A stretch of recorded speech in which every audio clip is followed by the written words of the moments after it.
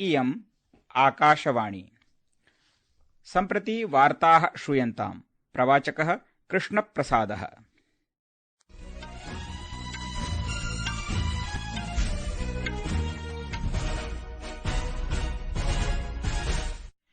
आदौ मुख्यवार्ताः।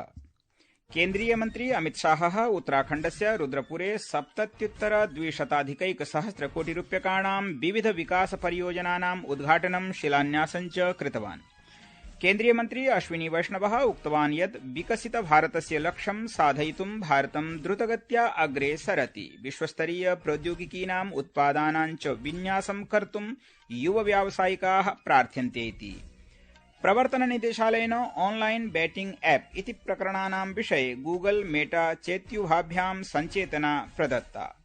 दमास्कस नगरे इस्राएल आक्रमणानन्तरं इस्राएल देशः सीरिया देशश्च युद्धविरामाय सहमतौ स्तः। अपि च चतुरंग क्रीडायां भारतदेशः प्रथमः अभवत्, यत्र फीडे महिला विश्वकप इति क्रीडायाः प्रागुपान्त्यचक्रे 4 क्रीडिकाः प्रविष्टाः अजायन्।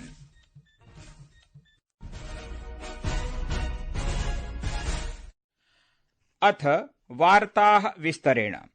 केन्द्रीय गृहमन्त्री अमित शाहः अद्य रुद्रपुरे उत्तराखण्ड सर्वकारस्य 1,70,200,000,000 विविध कार्याणाम् उद्घाटनं शिलान्यासं च अकरोत्।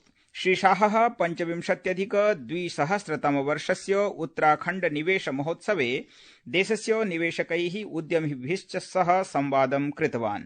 अस्मिन् अवसरे जनान् सम्बोधयन् मन्त्री अवदत् यत् यावत् उत्तराखण्डसदृशानां लघुराज्यानां प्रगतिः न भविष्यति तावत् देशस्य विकासः न भविष्यति इति।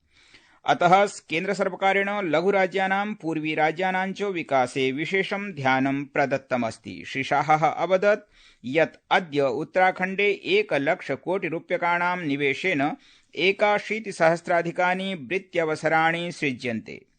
आज यहाँ पर 1,00,000 करोड़ के इन्वेस्टमेंट के साथ साथ 81,000 से ज्यादा रोजगारी का सृजन हुआ है और इनकी एंसिलरी इंडस्ट्री से लगभग 2.5 लाख के आसपास नई रोजगारी का सृजन होने का संभावना पड़ा है।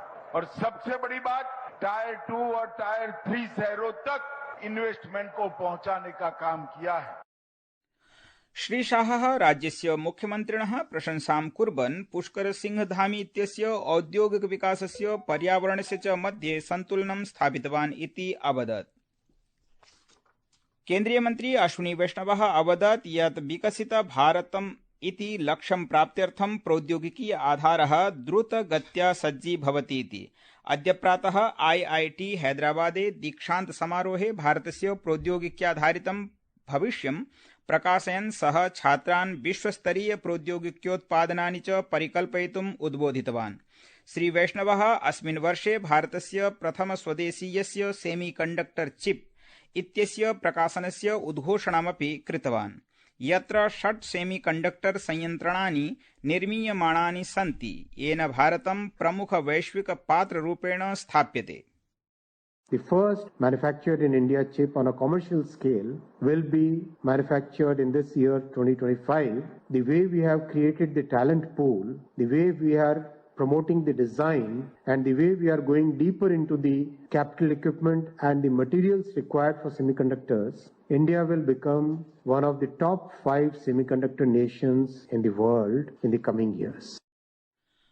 अवसरेऽस्मिन् श्री वैष्णवः रेल परिष्कार विषये अपि अवधानं दत्तवान्। 27,200 वर्षे प्रथमस्य बुलेट रेलयानस्य आरम्भः भविष्यति। तथैव चेन्नईनगरे निर्मितस्य तृतीय वन्दे भारत संस्करणस्य निर्माणम् अपि भविष्यतीति। The first bullet train project is also rapidly progressing. We should see a bullet train running in 2027, somewhere in August or September. Once we build the first one, we put it in our BJP's manifesto that we'll have 3 more corridors, one in south, one in north, one in east. The first one is getting built in the west part of our country. Shri वैष्णवेन कृत्रिम बुद्धिमत्तायाः प्रशिक्षण कार्यक्रमाणां रूपरेखायाः स्थापनेन सह 47,200,000,000 यावत् आर्थिकरूपेण उन्नतयोः द्वयोः राष्ट्रयोः एकं भारतमपि भवेदिति भावना प्रकटिता। संस्कृतवार्तायाः संस्करणमिदम् इदानीम् आकाशवाणीतः प्रसार्यते। सममेव कार्यक्रमोऽयम् आकाशवाण्याः www.newsonair.gov.in वेबसाइट इत्यत्र अथ news on AIR mobile app इत्यत्र अपि उपलब्धो भविष्यति। प्रवर्तननिदेशालयेन ऑनलाइन बैटिंग ऐप इति प्रकरणानां विषये गूगल मेटा चेत्युभाभ्यां सञ्चेतना प्रदत्ता। सूत्रानुसारि ईडी इत्यनेन सोमवासरे देहली मुख्यालये उपस्थातुम् उभयोः संस्थयोः प्रतिनिधी आहूतौ। एतेषाम् ऑनलाइन बैटिंग ऐप्स इत्यस्य प्रचारार्थं डिजिटल प्लेटफॉर्म्स इत्यस्य भूमिकामपि निदेशालयः परीक्षते। अद्य इस्राएलदेशेन सीरियादेशस्य उपरि कृत खमाक्रमणानन्तरं तुर्कीदेशस्थः अमेरिकादेशस्य राजदूतः टॉम बराक इत्येषः अवदत् यत् इस्राएल सीरियादेशौ युद्धविरामाय सहमतौ अभवतामिति। ध्यातव्यमस्ति यत् इस्राएल देशानुसारम् अरबस्थानां ड्रूज इति अल्पसंख्यकमतानुयायिनां रक्षणाय आक्रमणमिदम् आसीदिति। सीरियादेशस्य दीर्घकालीन शासकस्य बसर अल असद इत्यस्य पतनादारभ्य सर्वकारीय सैनिकानां ड्रूज जनानां च मध्ये संघर्षेषु अनेके जनाः मृताः। युद्धविरामस्य घोषणा तदा अभवत् यदा सीरियादेशस्य दक्षिण स्वीडा प्रान्ते ड्रूज समूहानां बेडुइन समुदायानां च मध्ये संघर्षः निरन्तरतया प्रचलन्नासीत्, येन 300 जनाः मृताः। अस्मिन् क्षेत्रे सहस्रशः जनाः विस्थापिताः च अभवन्। येन मानवीय संकटः प्रारब्धः।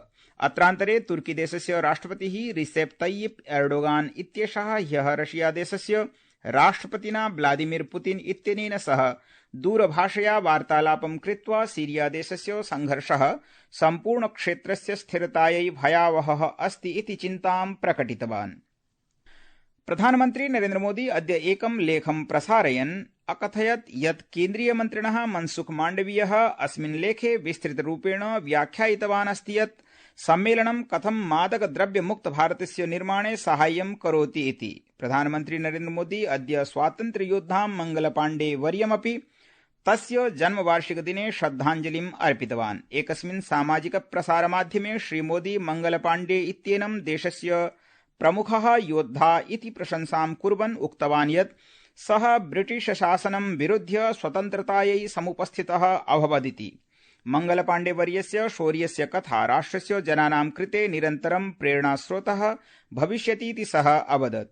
केन्द्रीय गृहमन्त्री अमित शाहः अपि मंगलपाण्डे इत्यस्मै सामाजिक प्रसारमाध्यमद्वारा श्रद्धाञ्जलिम् अददात्। सः तस्मै देशभक्तेः प्रेरकः इति अवोचत्। विद्रोहस्य ज्वालायाः प्रज्वालने तस्य महत्वपूर्णां भूमिकां च अङ्गीकृतवान्।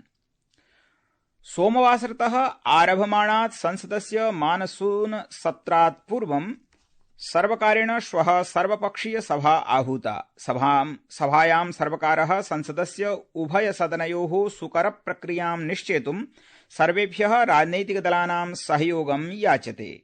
अस्य मासस्य 21 दिनाङ्कात् अग्रिममासस्य 21 दिनाङ्कपर्यन्तं प्राविट सत्रस्य आयोजनं भविष्यति। सत्रे अनेके महत्वपूर्णाः विधयः चर्चायै अङ्गीकाराय च स्वीकृताः भविष्यन्ति। केन्द्रीय शिक्षामन्त्री धर्मेन्द्र प्रधानः अद्य अवदत् यत् 47,200 यावत् भारतं विकसितदेशः भवितुं नियतः अस्ति, तथा च एतल्लक्ष्यं साधयितुं प्रत्येकस्य नागरिकस्य भूमिका अस्ति इति। सः केरलस्य पालक्काड नगरस्य IIT इति संस्थायाः 7मे दीक्षान्त समारोहे सम्बोधयन् आसीत्। वैश्विक डिजिटल क्षेत्रे भारतस्य वर्धमान उपस्थितिं प्रकाशयन् प्रधानः अवदत् यत् प्रधानमन्त्रिणा नरेन्द्र मोदिना सम्पूर्णे देशे सर्वसमावेशकं नैतिकं च डिजिटल सार्वजनिक संरचनायाः कल्पना कृता अस्ति इति। अद्य प्रातःकाले यमुना एक्सप्रेसवे इत्यत्र पृथक् पृथक् दुर्घटनयोः 6 जनाः मृताः, 29 जनाश्च व्रणिताः अभवन्।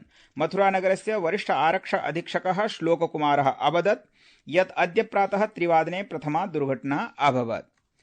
भारतीय ऋतुविज्ञान विभागेन अद्य केरलस्य पश्चिम राजस्थानस्य च केषुचित् भागेषु अत्यधिकवृष्टिः भविष्यतीति पूर्वानुमानं कृतमस्ति। चतुरङ्गक्रीडायां भारतदेशः प्रथमः अभवत्, यत्र फिडे महिला विश्वकप इति क्रीडायाः प्रागुपान्त्यचक्रे 4 क्रीडिकाः प्रविष्टाः इति वार्ताः।